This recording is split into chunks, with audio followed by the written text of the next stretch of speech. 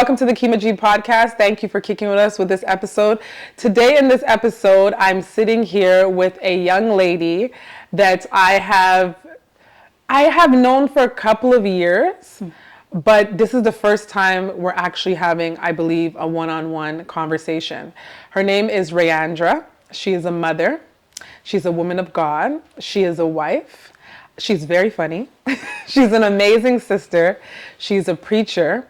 And she shows up for the youth in her community. And I'm very happy to have her on this platform. She also wrote a book called Unmuted.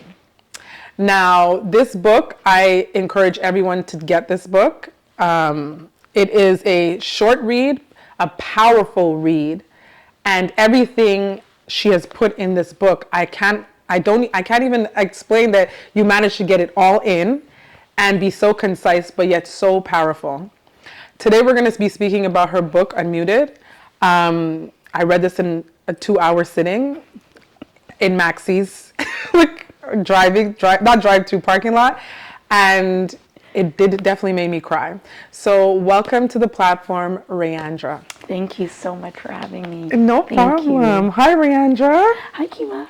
How are you? I'm doing well. How are you? I'm good. I'm going to first start by saying that I told you this before, I haven't been able to finish a book. Mm-hmm.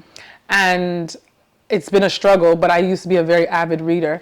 And when you were on my mind, and I didn't understand why you were on mine, because we have a common friend, which is Shannon. Hey, Shani. Hey, Shani. And I was just like, why is Rayandra on my mind, you know? And then after I was just like, yeah, she wrote a book. I'm like, I have to get her book. And then Caroline said, let me just give it to you. You buy it, but let me just give it to you so you can read, because I want you to read it. Mm-hmm. And I was like, okay. And then when I read the book, I was just like, I understand why she was on my mind. I was a little afraid to ask you to come because I didn't want you to think that I was just asking you just to ask you, you know? Yeah. But after reading the book, I thought it was extremely powerful. And I never knew your story. Mm-hmm. I never knew your story. So we're going to talk about it today, and I want you to take us from the beginning. In the beginning, the first chapter, I love Shannon's dedication. She did an amazing job. That's my girl. But chapter 1, there's Ray. It says, the name Ray serves as a constant reminder of the double life that I tried to leave behind. So start us off from the beginning. What was that double life that you were trying to leave behind, and what did your family dynamics look like growing up? You know, I like to go back in the past sometimes, just for reminders of where you come from. Yeah. It keeps me humble. Mm-hmm. But when it comes to the double life, I always felt as though I always had to perform. Mm-hmm. I come from a big family, bunch of brothers, mom and dad, but a lot of things that we dealt with, and I'm sure it's common, but a lot of things that we dealt with, feelings, emotions, we weren't able to necessarily speak about them, shove things under the rug. And I didn't necessarily grow up in the richest of neighborhoods and whatnot, but so where did you grow up? Tell us. I grew up in Mississauga, Ontario. Okay. In an area that I probably won't name, but it wasn't the best, but it was the best that we had at the time. I didn't have a lot of neighborhood friends in the sense where I was my mom's only girl. So my brothers had a lot more freedom to go outside and do whatever they wanted to do. Most of the time. Most of the time, that's how it is. And in hindsight now, I understand. Yeah. I understand, right? The crowds that you hung around with, it wasn't so positive. So she wanted me inside at all times. And so usually my routine consisted of either church, dance programs, acting programs, even pageants, whatever, and home. The girly stuff. You had said that the emotions and stuff wasn't something that you guys were like, it wasn't that type of environment. Yeah. What is your background? Because I don't even know. Yeah, my parents are both Jamaican. Okay, we're Jamaican. Yeah. So it goes without saying, my parents are both Jamaican. I love them both dearly. But it's kind of like, okay, this is what's happening. you have no other choice but to just do it. Just do it. Follow suit. Follow suit. Move on. You know? Can't ask no questions. Right. And so I didn't have a place where I felt like, okay, even if I was feeling a certain emotion, I didn't have room to identify what it was. And I was, it's funny, the book is called Unmuted, but I was silenced very young. Whether it was intentionally or not. But I grew up knowing that we don't speak about this, or it was just the norm. We don't speak about these kind of things. If you're upset, go to your room. Like it just we don't talk. And don't talk back. Do what I say. And I understand. It's the way they grew up. Yeah. And I think over time, at least we have, I always say this, at least we have the knowledge now to understand based on their shortcomings, you know, so we could do better in the next generations coming. Right. So what was it like at home? Like, were your parents married? Were they unmarried? What was their relationship like? So my parents, I describe it in the book as oil and water. My dad loved my mom. My mom loved my dad. Aww. But my mom was a believer. And I think I could have it wrong, but I think she found the Lord when she had me. I was her fourth child. There's 3 boys before you. 3 boys before me and 1 boy after me. Oh, so gosh. When she started coming to the Lord, I don't think because of the way in which my mom and dad were living at the time, it wasn't like a switch for my dad to just get it right away. And I think that's where a lot of bumping heads would happen. Also, he believes, but it's like on his own terms. So you know how it is. Is, you know, it's so like, but he could. My dad is probably one of those people that could probably quote the scripture back to you, maybe more than you. But in his own terms, in his own, and you know, so they would bump heads a lot, you know. How was your relationship with your dad? In the beginning, I would say the best. Yeah, because you're the only girl. You're only girl. Only girl. Between him and my mom, though. Okay. Right. He has other children. Before my mom. Okay. So, only girl, but we had, like, I'm telling you, I don't usually celebrate Valentine's Day, but like my dad would get Valentine's Day card for me, like little things like that, and we were the musicians in the family. Okay. So big guy, big musician in Jamaica. Like he would travel the world, and so when his daughter was following his footsteps, we were inseparable. Okay, you know, so we were pretty close, close with him. Yeah. And how did and growing older, as you got older, did you feel that you could talk to your mother more or your father more? Funny enough, neither. Neither. Okay. Neither. I gravitated towards my mom more because she was who was there more. Yeah. They would separate on and off, and so there's just kind of that longing in you that's just kind of like, okay, well, figure it out. Is it going to be a divorce or are you guys going to make it work? Yeah. Because it would be, you could do. Maybe they'd do a week of separation, then he's back. Then it could be months, then he's back. And so you just never know. And I did not thrive well, which I became very anxious, I think, around those kind of times in my childhood, not knowing. I'm someone that needs to know. I need to know. Consistency I need that. It's very important to me. Yeah. But yeah, I mean... Did they get divorced? Because I think they did. They did. If I remember in the book. They did get divorced. And they both remarried. They're both remarried. They're okay, well, that's living good. their happy life. Yeah. Mom and pops. But how did divorce affect you? Because I know that I work with children, and I never understood the importance of divorce because, not the importance, but I never understood how impactful it was because I lost my parents at a young age. Wow. So I wasn't able to see that growing up, but my grandparents did separate, never divorced, but they did separate, but we were never able to experience that because we always seen grandpa and grandma as such. Yeah. So what was that divorce like for you? And do you think when the divorce happened that's when life took changes? Like, because we're going to get into the book, but other things happened. Do you think that divorce kind of opened up the doors for other things to happen? I think it was definitely a segue into a lot of things that took place.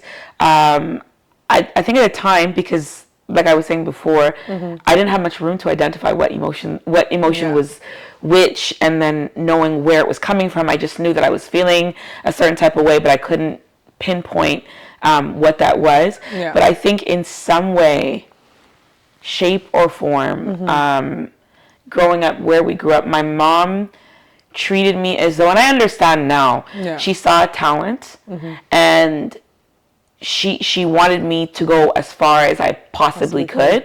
But I started like singing and stuff like at the age of like 7, and so I was always working, kind of thing, in that industry. You're like a female Michael Jackson. You know what? But you know what I mean. So in a way, music was something that my dad liked, and I think subconsciously I thought, okay, if I make it, maybe that's going to be the thing that brings them together.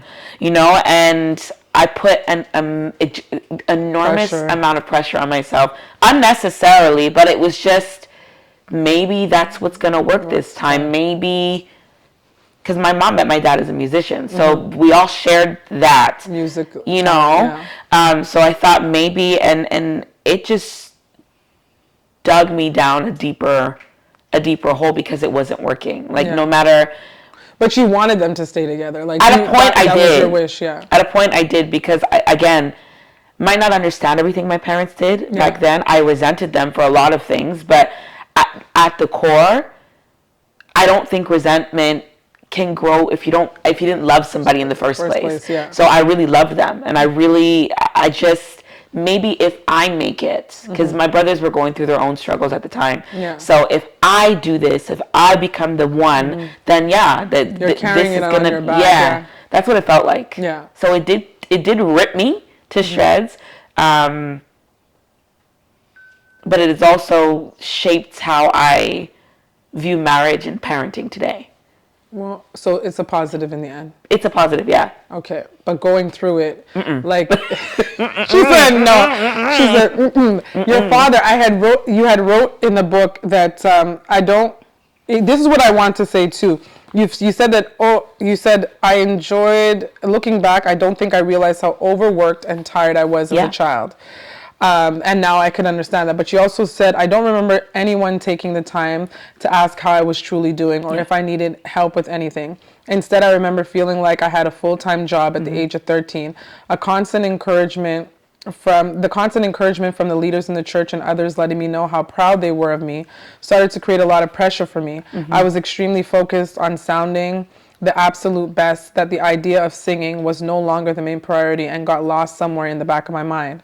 As much as I loved my church, my family, and tried to maintain the perfect image, I never really felt as though it was safe to talk to someone about how I was truly feeling. And I wrote here, I said, as much as you were seen for your talents, you weren't seen for who your true self was. And I think that a lot of people could relate to that.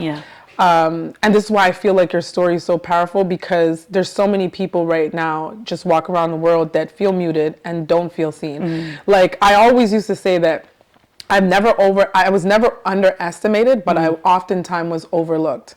And that's where I felt the relation in the book between you and I, is because I was just like, as much as people never underestimated me, they always overlooked that maybe I was tired, maybe I needed a shoulder to lean on. So, is there anybody at that point, your parents are getting divorced, now things are changing for you. Is there anyone in your life that you felt that you could have depended on? Was there a teacher? Was there a best friend? At that point, I want to say yes and no, in the sense where the no is more so when things were really coming to a blow. I was filming a TV show.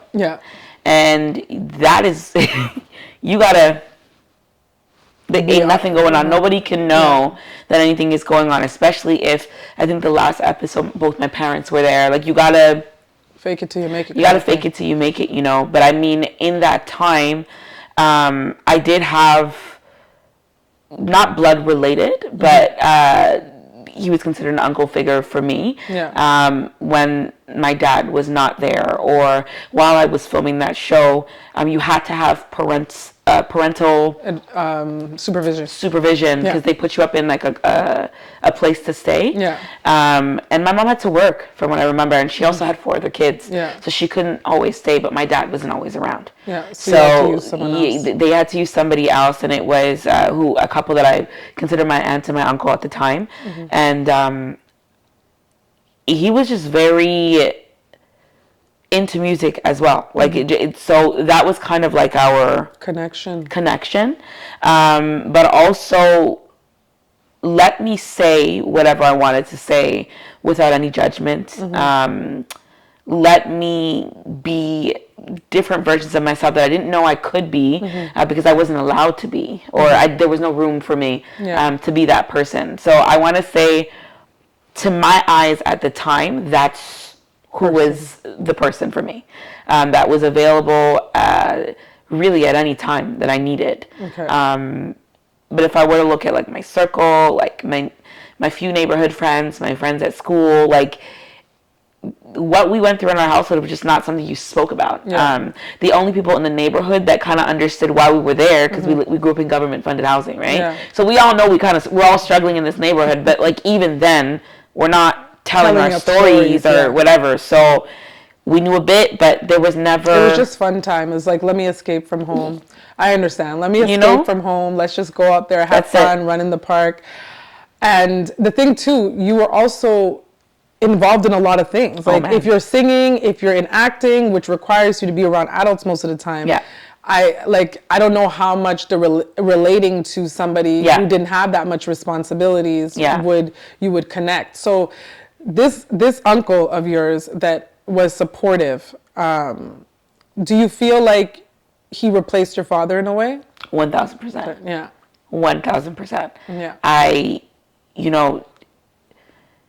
He knew what to say, what I needed to hear, or what I wanted to hear, should I say. So if I was upset, the comfort was, I completely understand. Like, I'm here for you. I'm never going to judge you. Like, whatever you want to say, you always have me kind of thing. And so to feel that, and it's crazy because, again, I still love my parents at this point. But I can't really remember a time where I felt like I always will have my mom. I'll always have my dad, because there was just so much going on at the time. It's just... Yeah, where do you fit into them? So that's really the first time I felt that with someone else. Like, okay, like you really mean what you say, because you're following through on conversations, like you're checking up on me. Like that was... You felt seen. I felt seen. And heard. For the first time. Yeah. Yeah, and at a time when you were so vulnerable because your parents weren't able to meet those needs for you, he was able to meet those needs 1,000%. And I'm just going to go straight into it. Yeah. Because here is very transparent. Yeah. And this is where the power of the story comes in. But you could say this side, but was his authenticity real authenticity, or was it programmed? Was it intentional to serve his own purpose? Let's get into that conversation. It's a really good question, because there's still that part of me that wants to say maybe initially it didn't start off that way. Maybe that's not what it was. But then, when I wrote that, like, mind you, I wrote this in 2021, and I began writing in 2021, and then I just stopped because I believe that God was like, you're not ready to tell it if you're still not done, like, grieving or like going through whatever it is that you need to go through. So I had to stop because I needed to figure out myself, my mind. Am I in a well enough space to say whatever it is that I need to say? And what is your reason for saying what it is that you want to say? Are you trying to bash somebody, or do you want to help somebody? Like what are you really doing? I completely, like, just you saying that, because I write blogs and stuff, and when I share my story, I always had that, like, am I writing this? And sometimes I have to write it. I'm not writing about motherhood because of this, but relationships go through their issues. 1,000%. But I do understand, and I respect you for that, getting to that space where, am I doing it just to showcase this person and, make him feel shame? Or am I saying this because I'm going to use this pain for God's purpose? Yeah. And I think there's so much that I left out because I don't... There could be a part two, 100%. 1,000%, but I mean within regards to the other people that are involved. Part of it's not my story. Some of it, like, like my mom, my dad, like a lot of that's theirs. And with regards to him, I legally as well probably can't say a lot of things because it did go to court. Okay. Right? But what is it did? You got to say it. What was what? What he did, like, what was his behaviors? Oh yeah, 1,000%. Like when I moved here, at 18. I left because I got into Concordia. I could have gone to Ryerson. Did I apply for Ryerson? I think I did Ryerson. Laurier. I think I applied for Laurier and Ottawa or Carleton. I can't remember, but I could have. Carleton is me. Oh yeah, I could have gone there. Yeah, but I just went the furthest I could possibly go. Yeah. And even then, when I left, I didn't realize what I was leaving because in my mind, I didn't know that a lot of stuff that I was dealing with this man was sexual abuse. Yeah. Was manipulation, was grooming. So you left after that encounter with him? Or? I did. Oh, I thought, okay, it was in Ontario. Yes, this all happened in Ontario. Okay. Yeah. And happened before you were 18. Before I was 18.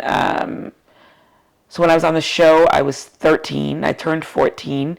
And there was a night where, there was an evening, I can't remember if it was a full weekend, where him and his wife stayed with me. And we had 2 separate rooms. Okay. My room was an open concept bedroom, and they had the closed bedroom. And I didn't think anything of it at the time, but I was in my bed, and he was laying in the bed with me.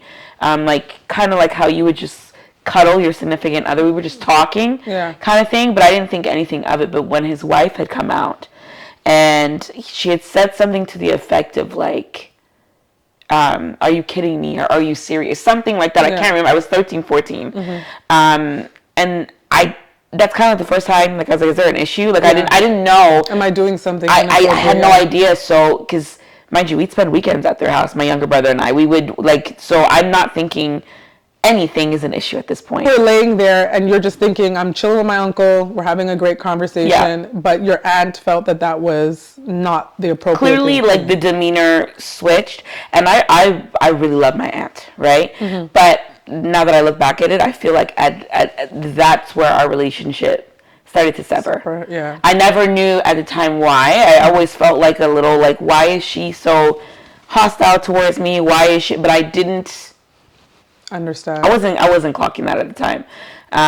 Fast forward to 15. Mm-hmm. Like, I was 14 turning 15, but it was around there. And we were going through something at home where, for safety reasons, my mom took me and my younger brother, and we needed a place to go. Mm-hmm. And my aunt and uncle at the time, they took us in. Yeah. And for me, because my other brothers were older, mm-hmm. so they were of age to do what they wanted. Do what they wanted to do. They were doing what they wanted to do. So my mom was kind of like, nah. This is the 90s, right? Let's go. Yeah. And at first, I was excited because my aunt and uncle were the like relationship goals for me. Yeah. Like, they seemed to have it together. Like, mm-hmm. This is my idea at the time, right? Yeah. Both went to school. Both have great jobs. Both married. Do they have children? Not yet. Okay. I don't think, or either she was just born. I can't remember, but now they do. Yeah. But at the time, like, it was when we were younger, they didn't have children. So, like, we were their. You were like their. We were like their kids. Yeah. My mom's best friend. So mm-hmm. we were always there, like, with them. Yeah. So I was excited because I'm like, I'm at least leaving this chaos for some normalcy. And my younger brother at the time, we're just about a year apart. So mm-hmm. he was missing home. Like, he wanted to be with his brothers. That's just, so my mom let him go. Mm-hmm. And she's like, we're not going back. And that's when everything really took a turn for the absolute worst. Yeah. And that's when, I guess, your uncle decided to be, I wouldn't even say fresh, but demonic. Not to be like, like, I'm not trying to, I know that they're your family. I get what you're saying. If you don't want to speak about that part, that's fine. But when it did happen, because mm-hmm. he moved in on you, right? Yeah. And as a young girl, you're 15, 16? At the time, between 14 and 15. So, and he takes your virginity, right? My virginity was taken at 15, yeah. By him? By him, yeah. What was going through your mind at that moment? Like, not to say like, Or did you just blank out? Like, did you understand what you were experiencing? It sounds messed up to say, but leading up to that moment, he had prepared me for that moment, because of the multiple advances that he was making. A lot of that, the touching and things of that nature took place in their basement. Okay. And I stayed there for, I think, over a summer. That's when we were staying there. And we're trying to figure out what I was going to do with school, because where my school was and where they lived, it was kind of far. Yeah. But we were still there for the time being. But a lot of the touching, that started in their home. Okay. And so he would show me things, teach me things. This is like what it's supposed to look like. This is what it's supposed to be. And then kind of just decided that I was ready. And in your mind, like when he was showing you these things, did you ever tell your mom? Did you feel like I could not? You could not. I could not at that point. And your dad wasn't really consistent. No, my dad was not around. Yeah. At this point, my dad was not around. Yeah. My mom and I really started butting heads at that point. And it became this thing where it was like his wife and my mom against me, because he would tell me the negative things that they would say. Okay. And so at that point, 14 years old, nah, I don't like you. Yeah. Like, and it wasn't even like I would just take his word verbatim. I could see the switch in how they treated me. Yeah. It wasn't the same anymore. Yeah. Right? And so, as uncomfortable as I was, I didn't feel like my brother was gone. Yeah. We were like twins growing up. And you didn't tell your brother? No. Again, where I grew up, if they knew about that, but even at the time, I still couldn't grasp what on earth was happening. It just, everything was foreign, but because of, from 13 to 14 to 15, he was preparing me each time. He was grooming. Yeah, and I didn't know the term until the detective told me that term, you know? But when it came time when he actually took my virginity, I was 15. I won't forget it, because you can't forget your first time, one, and two, the area. It was an industrial area, backseat of his car, and it was like, you can't, I can only put it into words the best way I can, but it was like quick and done. Yeah. Right? Try to set the tone with songs that he had shared with me before, because remember, music, that's how we, connection. you know, had a CD, everything, you know, and then that was it. And I don't remember if we had said anything afterwards. What I knew, though, was that one of those incidents, he had to go to church. Yeah. And so he drove to church, left me in the car. I had to get myself together, and I had to walk into church, and I think I had a dance class or something like that. And just... Yeah. Because if he was acting that way, what do you do? Like, what am I supposed to do? And then, like, because it's very confusing. I was like, because even before that, with the touching, because I never want people to think like, usually what happens is if people are silent and don't say anything at first, a lot of people tend to accuse you, like, well, you could have, you must have enjoyed and that. That's not abuse. Abuse doesn't work like that. It doesn't work like that. And for a while, I think that's why I didn't say anything. When I figured out what this actually was, I couldn't understand everything, but even before my virginity was taken, I'll never forget when we were in the basement one time and he began touching me. My legs were shaking uncontrollably. Yeah. Uncontrollably. So it was discomfort. And he did something that my dad would do. My dad would, when we would vibe and we would chill, and my dad and I would vibe to music or whatever, I would sit on my dad's lap. Yeah, for sure. And he switched. It was like he put on a dad cap and consoled me. And so it was just this warp of like, I couldn't understand. Are you my dad? Are you my uncle? Like, what are you? It's confusing. Are you my friend? Like, what are you to me? I think, and that's how that spirit, if we're going to go spiritually, that spirit of confusion is very demonic, and that's how he used it to infiltrate 1,000% and manipulate. Yeah. But then as normal, you're confused because you're like, this is the first person, I do care about that person. Like, does it continue? Does it stop? 1000% continues. And when did you know that I had to like get out and say something? Well, on 2 occasions, there was one time where he told me, I can't see you like this anymore. Oh yes, I read that. Right? I need to get right with the Lord. And I was like, what? And because at this point, he's done isolated me from everybody. Yeah. Like, I lost pretty much all my friends. Mm-hmm. And my friends at the time didn't know what was going on because I couldn't say anything. Yeah. He taught us music too. Yeah. Right? My friends, we all sang together. So I couldn't say anything. So my friends probably thought I was acting like the but I was always so exhausted. Like, mind you, I'm still doing plays at school. I'm still doing music. I'm doing all these things. And at some point I'm working. I started working, right? But my friends just thought, I think because I was private, I became private, that I thought I was better than them. Yeah. And my friendships were gone.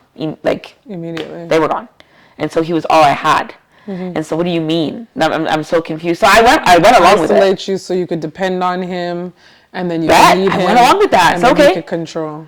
Then I started getting interested into like actual boys my age. Yeah. He didn't like that. Yeah. Then he would come back and say, nah. Actually, we should continue, or I want you back, or whatever the case may be. Control. Then he did it again. Right? And so I was 18 and I took the acceptance to Concordia and I moved away. And then that's when, like, you're on your own now. No mom, no dad. Yeah. You start to reflect and you start to learn how other people are functioning in an everyday world. And you're like, that's weird. And then you start to learn, no, what you were dealing with was weird. They're normal. Like, what you went through is not normal. You know? So, it was chaotic. And you by educating yourself and learning more, do you think that gave you the power to say something and speak up? 1,000,000%.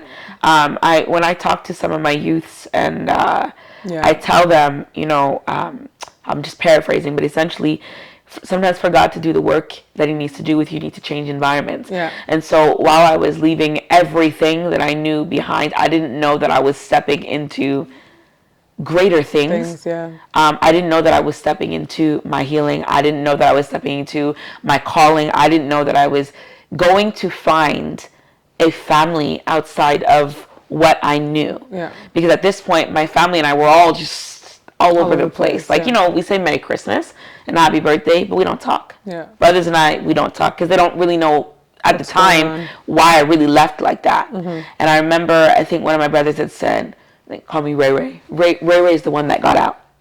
Ray Ray is the one that got out. And so I would even take that and find myself under pressure. I'm like, well, I have to make it. Because they're right. I did get out. Then now I'm like, you know what? Survival guilt. That's crazy. Yeah. Absolutely crazy. Yeah. But self-reflection, you cannot reflect and grow in an environment that is just tearing you down. That broke you in the first place. You can't do it. You can't. You have to move. And so I'm grateful. And that breakthrough happened for you. I know you wrote in the book that you found people here that was able to pour life into you. I know you mentioned Shani. Yeah. And Resurrection. Yeah. But when you did tell your mom, what was your mom's response? And where's you guys' relationship today? Actually, I didn't tell my mom. Oh, my mom's good friend at the time met with me. Your mom misses you. You wrote that in the book, though. This was in the book? Yeah. I'm trying to remember now. But I do tell her, but I wasn't the first person to tell her. It was her friend. Her friend, told her, and so my mom was like, "Where are you? I need to see you," and whatnot. And so we had met at the pastor's house, and there was my mom, and. So he was a pastor? No, he was not a pastor. He was a music teacher. Yeah. Okay. You could call a choir director. Okay. Right. But the mutual safe ground was at the pastor's house. Yeah. And so we met there, and then his wife showed up, and she wanted to know as well. Tell me everything. Do you think that from the day she seen you laying down in the bed, that she had a feel? Because women know. Women know. Because there's a reason. I don't want to see my husband laying down with any of my nieces. Yeah. Like, you might just get shot. Yeah. So she had to have had a feeling. Yeah. Did she just ever admit didn't to that? know. No, we haven't spoken. We have not spoken in years. So I'm trying to be calm. I'll be honest, but your story has me like. I know. I'm telling you. I lived it, girl. I'm telling you. I know, but it's like I think whatever she knew at the time, whatever she felt at the time, her way of dealing with it was probably what broke me the most, because it was a lot of projection. Yeah. And I didn't know. You didn't understand. I didn't understand. And so, well, if my aunt hates me, then this is the only route to go. It just, like, I wish that she could have talked to me. Yeah. Because I think that could have been the opening of, well, this happened. I don't know if this was supposed to happen, but this happened. I don't know what to do, because maybe that would have been safe for me at the time, but nothing was safe. And her story, too, is it's her husband, too. And she's probably in denial. Even though she may have that spidey sense, she's probably in denial to be like, I don't really want this to be true if I'm thinking, you know? And in hindsight now, like, I'm a wife now, and I'm a mom now. And you don't, especially when you love, you don't want that to be your story. True. You don't want that to be true, but I think the little child in me, she was my second mom. Yeah. So I wanted her to choose me. Yeah. And she didn't. Yeah. And I can't say that she was wrong, and I can't say that she was right. What do you do? I don't know what I would have done if that were, and God forbid, in Jesus' name. Okay? I hope it's never you. It will never be me, in Jesus' name. I'm praying, woman. Hello? But I wanted her to pick me. Yeah. Because I think that the narrative could have been very different, but oftentimes we're not the one that's picked, though. And I think also you said you wanted her to pick you, and I could be wrong, but I think that no one, yes, your parents love you, but no one has ever picked you. No. And the one person that did pick you is the one person that abused you. Yeah. And I think this is why I think, like, when I look at your story, I thought about the family, the start, you know? Yeah. And if the parents are not good, everything else falls apart. This is why, like, oh my God, this is why I really believe that family is really important. Yeah. Your story just touched me. That's it. Like, and I don't want to sit here and be like, oh, I'm feeling sorry for you. No, I completely But I just think that you could relate, because there's so many things that people missed in your story. But thank God you were able to find a space where people seen you and people heard you. Now, before we finish this interview, because I'm definitely going to have you on another time, because there's so much more to talk about, but finding that healing and finding those people, how can you speak to that? Like, how much did that mean to you at a time when you needed people? I think at the time when I found those people, I didn't know that they were those people. Yeah. And by the time I figured out that they were those people, I had to hit rock bottom. Like I had to, I spiraled. Like, I literally spiraled out of control. Like, I tried to end it, because nothing made sense. People looked at me as if I was always going to be a victim. Yeah. And so, well, if everyone looked at me that way, maybe I might as well be one. Maybe I might as well be one. And anytime I try to end it, the Lord always had it that either I'd pick up the phone and call Shannon, that my good friend Rashida, like, stopped it before it could happen, that Shannon and Rashida would barge on my door at the time, because I live by myself at a point, knocking on my door. I think at one point the police were called. Like, it just, I knew that even as close as I wanted to call it raps, God had me pick up the phone each time. And that in itself, I know that can be a topic for another time, hitting rock bottom and having people not leave you at your rock bottom, but stay with you at your rock bottom. And that's actually where I met my husband, at my rock bottom. At my rock bottom, and I was spiraling. Like, I can't even tell you the things I harm myself. I'm done. Like, nobody cares. Like, nobody cares. My husband chased after me on a cold day, cold nights when I was God going. I'm telling you, I spiral. I'm on the street, just like no, and he slipped and he fell, but he still came after me. You know what I'm saying? But it's then. It's then that I knew, and it wasn't a I'm gonna run after you so that I can be there for you and take advantage of you. It's I'm gonna be there for you, and if you choose me, that's great. I want you to know that I'm yours. But if you choose me, that's great. And if you don't choose me, I'm gonna have to be okay with that. And I've never seen that before. Yeah, a healthy love. I have never seen that before, which is all like for me, marriage is I'm learning because even not now I'm like but I trust him implicitly, but I have a daughter, and sometimes. That's what I want to say. Where are you now with you did your healing, and you're healing, but now you have a daughter. Yeah. I said before, I think your daughter came to heal that mother-daughter relationship that you wanted, but it's like, how do you move forward? Like, where are you now in terms of that experience and the healing part, and how do you move forward and create the life you want? I move forward with God knows what he's doing. And girl, why you gotta make people cry on this thing? This is not the space. It is the space. This is not the space. Yeah. But she is I don't have words. Yeah. But she's absolutely everything.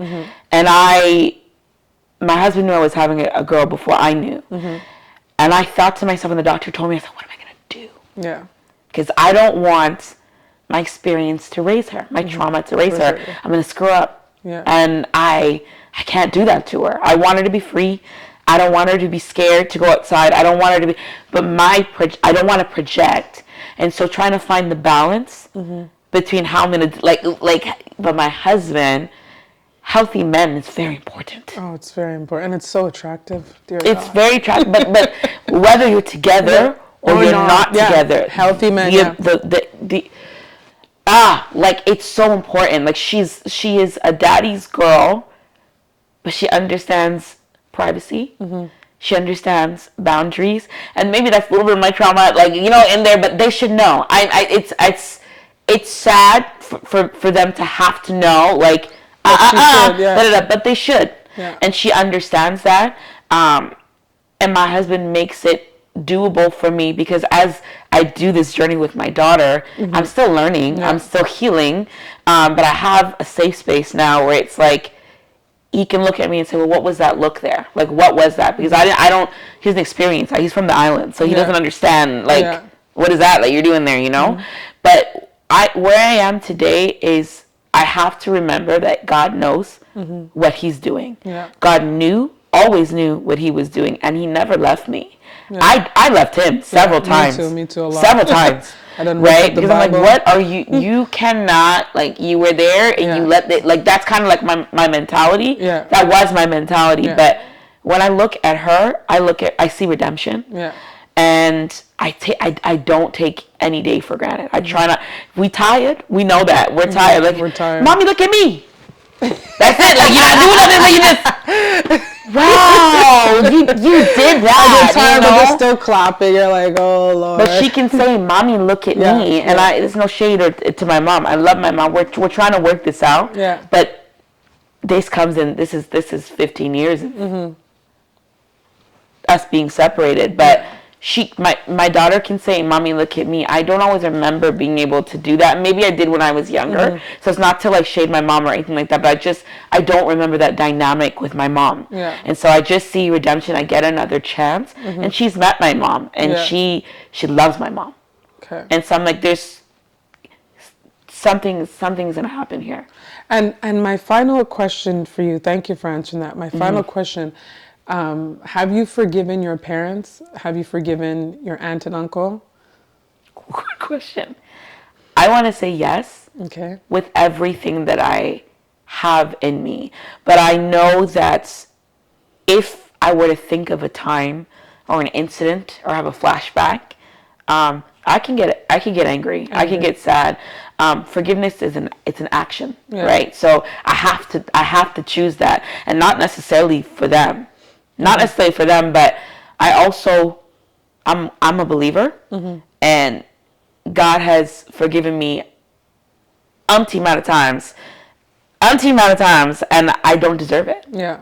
And I'm not excusing what that man did or how I was hurt by his wife, but because of the love that God has shown me, it's doable for me. Yeah. I know it sounds crazy because if you would ask It me can be this, doable with boundaries though. 1,000%. Like we don't run in the same. Just because I forgive, it doesn't mean that we have to be, you no longer have access. Like they absolutely not. Like legally and that, right? So that's let's make that very clear. And I think that people get that confused sometimes. Well, if you forgive, then you should be able to sit aside. Well, I don't have to though. I don't have to sit beside. No, forgiveness is not that. Forgiveness is that I forgive you, and I'm not going to hold you to that. That's it. But and when I see you, I could probably say hello, but we might not sit there and cut bread and live life and tell jokes. But I'll be like, hey, how you doing? You're good? Okay, and keep it going. Yeah. So I've forgiven. I get sad sometimes because I work with a lot of youth, right? So their stories come up. Yeah. And it's triggering, but I understand my position. I think I don't, like I said, this is my first conversation with you outside of church, but I do believe that God is healing you. Yeah, 1,000%. And there will be a point in time that when you do sit and talk with the youth that you won't be triggered. And I think that as much as the enemy tried to tear you apart, God is going to use this for his glory. Amen. So yeah, I love you, girl. I love you, girl. Thank you for sitting with me. Thank you for sharing your story. And I'll definitely have you back on again. I think this needs more conversation. And listen, you guys, go and get her book. It's on Amazon.ca. Yes, ma'am. Amazon.ca, not .com, but .ca. Just pay for the shipping and handling from Canada if you're in America and you're watching. It's over there too, though. And it's a short read, but it's a powerful read. And thank you for watching, guys. And I hope this interview and conversation, I don't want to say interview, this conversation speaks to your heart. Thank you, Rayandra.